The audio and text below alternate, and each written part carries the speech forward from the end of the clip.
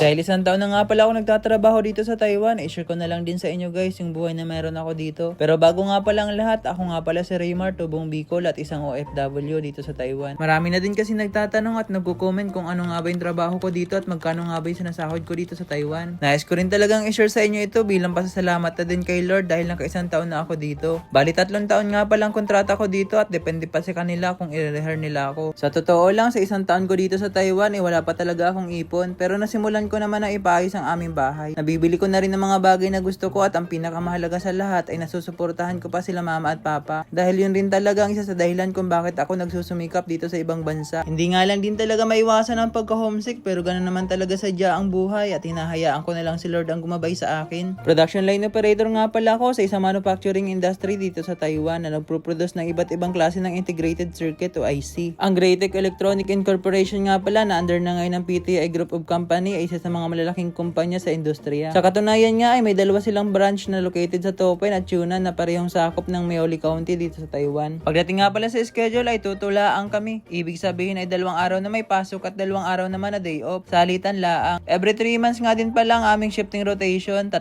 buwan na pang umaga at 3 buwan na pang gabi. At kung pag-uusapan nga pala natin kung magkano ang sinasahod ko rito ay depende pa rin lalo na pag maraming overtime. Sa ngayon nga pala, minimum wage earner ng mga blue collar job ay nasa 28,590. Kung i-convert mo nga pala sa peso ay nasa 54,000 plus na din at tumataas pa nga ito bawat value ng taon. At ang ikinakatuwa ko pa nga bukod sa pagtatrabaho ko dito sa Taiwan ay napakaganda ng kanilang serbisyo lalo na pagdating sa kanilang healthcare system. Bukod pa doon ay sobrang simple at disiplinado ng bansang ito. Mararamdaman mo din talagang ligtas na ligtas ka rito. Sagaan nga pala ng trabaho ko dito ay malabong kitain pag nasa Pilipinas ka laang. Napakaswerte ko nga pala dahil kahit wala akong experience sa electronic industry ay natanggap agad ako. At sa susunod ko nga palang vlog ay pag-uusapan natin kung paano ako nakapag-apply papunta dito. Grabe din talaga ako mag-explore mula sa BPO industry ay lumipat ako sa manufacturing. Malayo at marami talagang pagkakaiba lalo na sa pagdating sa nature of work. Wala namang madaling trabaho sa una, lahat ay napag-aaralan at hindi mo naman din kailangan i-pressure ang sarili mo sa trabaho. Kagaya nga ng laging sinasabi ni Doraemon, dapat ang buhay ine-enjoy mo lang. So ayun na nga, gustuin ko mang i-share sa inyo lahat. Baka maging nobela na ito sa haba. At yun nga lang pala muna ang ma-share ko sa inyo mga kaibigan. Maraming salamat nga pala sa inyong panonood. Hanggang sa muli, bye!